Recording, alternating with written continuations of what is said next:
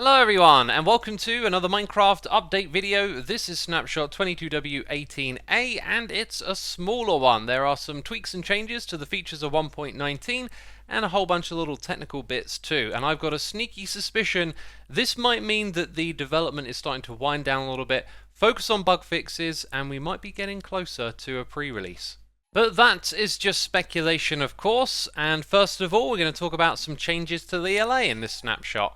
And so one of the common comments goes that with the Allays is that they tend to get lost when you're out and about playing. The Allays will roam around and then just end up getting lost. And so the solution to this is that the Allays are now going to track the player even when they can't see them. And so I have hidden myself behind these icy spikes, and immediately they fly over to greet me.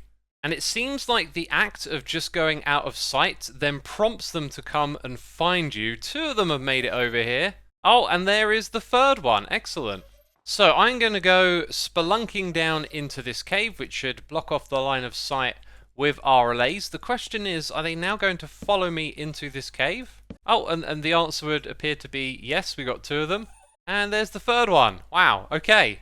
And look at how luminous the Allays are. They're very visible in dark spaces, which is going to make me tracking where they're going a little bit easier. And so it seems like every time I dart off into this cave and go round a corner, yep, they're always just right behind me.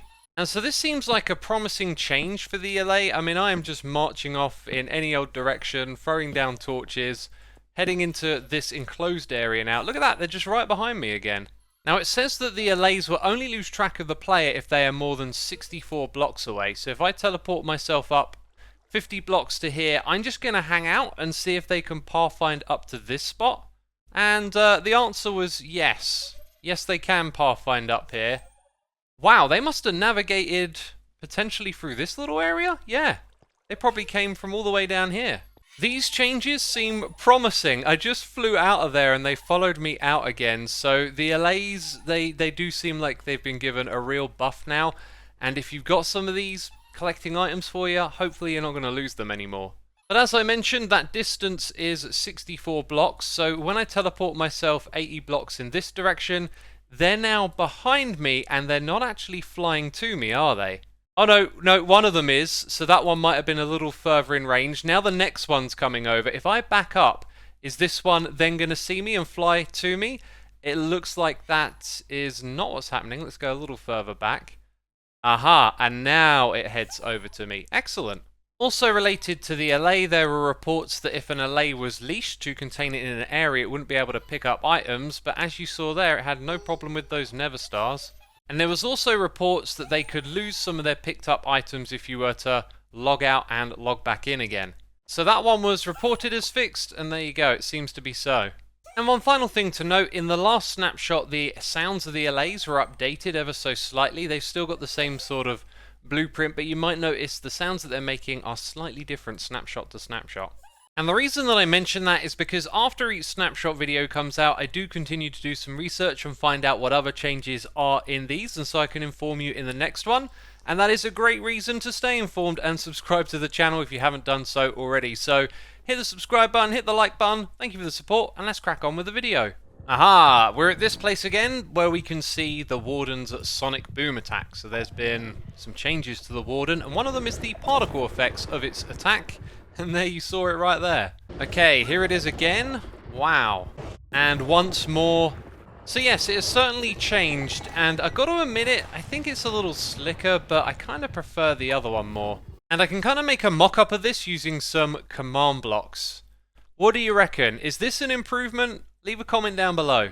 And also on the note of changes to the Warden, there are a lot of bug fixes related to it. However, they're mostly things that don't really affect the gameplay the average player is going to see.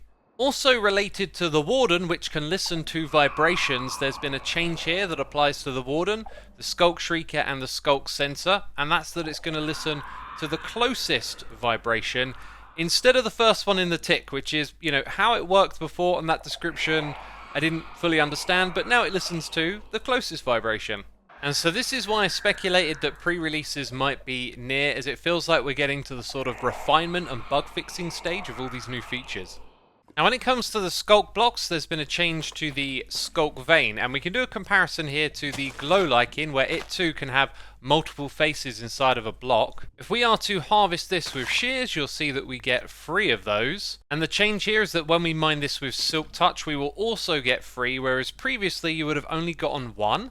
Now if you watched the last snapshot video, you would have seen that the Sculk blocks now drop XP when blown up by TNT. That's TNT that's activated by a player, but also the blast resistance of the Sculk was changed. So now you can actually blow up a lot more of this at once. And let's just see if anything changed with this not being activated by a player, because that TNT is now activated by redstone. Even though I was the one that flicked the switch, you can see there it didn't drop any XP. Now the idea with the Sculk block is that it was going to be the replacement for those overpowered zombie pigman farms you might have seen in the Nether. Those won't work in 1.19. And if this is to replace it, it really needs to be fully automatable without the player's interaction, which would currently require them to activate the TNT themselves in order to get the AXP.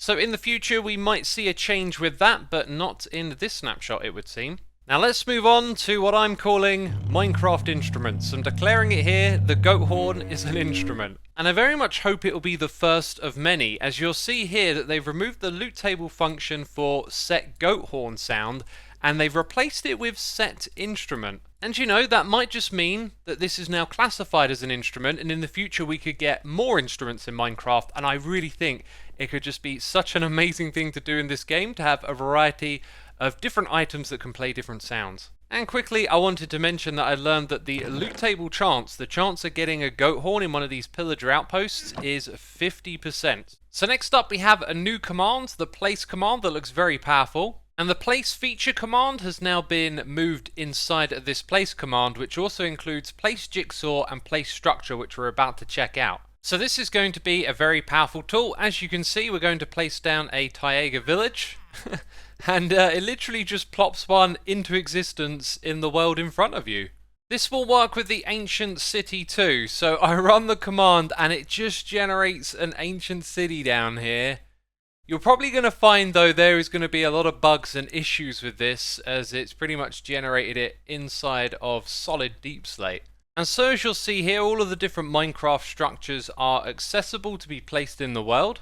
And I did have some problems with placing certain types. I thought that might have something to do with dimensions, but you know, you can place an end city in the overworld. Similar to this, we also have the jigsaw command. The jigsaw is a block that can chain multiple structures together. And you can see by using this that it generates the center of the ancient city and all that links to it at this height up here. And going back to the website, you'll see in this snapshot that chat has been enhanced and the appearance of chat in-game can now be controlled by a server. So to see this in action, we can open up our chat and you can see that there is a difference between using a command and me actually saying something in the chat myself. And as well as this, chat messages that appear through other commands are now cryptographically signed. This was part of what was added in the previous snapshot. And last of all, moving on to the Loom, it looks like this is starting to become data driven, as there are some changes that allow you to require what item could be used in this slot to access which different banner design. And so this is all data pack driven, and it's done through 2 new tag lists that will help you manipulate how these banner recipes work. And that brings us to the end of this video. I want to say a big thanks to Missode for the help with the place commands and also the colored chat that you saw in this video. And that is the end of this one, so leave a like if you enjoyed it, and hopefully I'll see you again next week for another snapshot. Bye bye!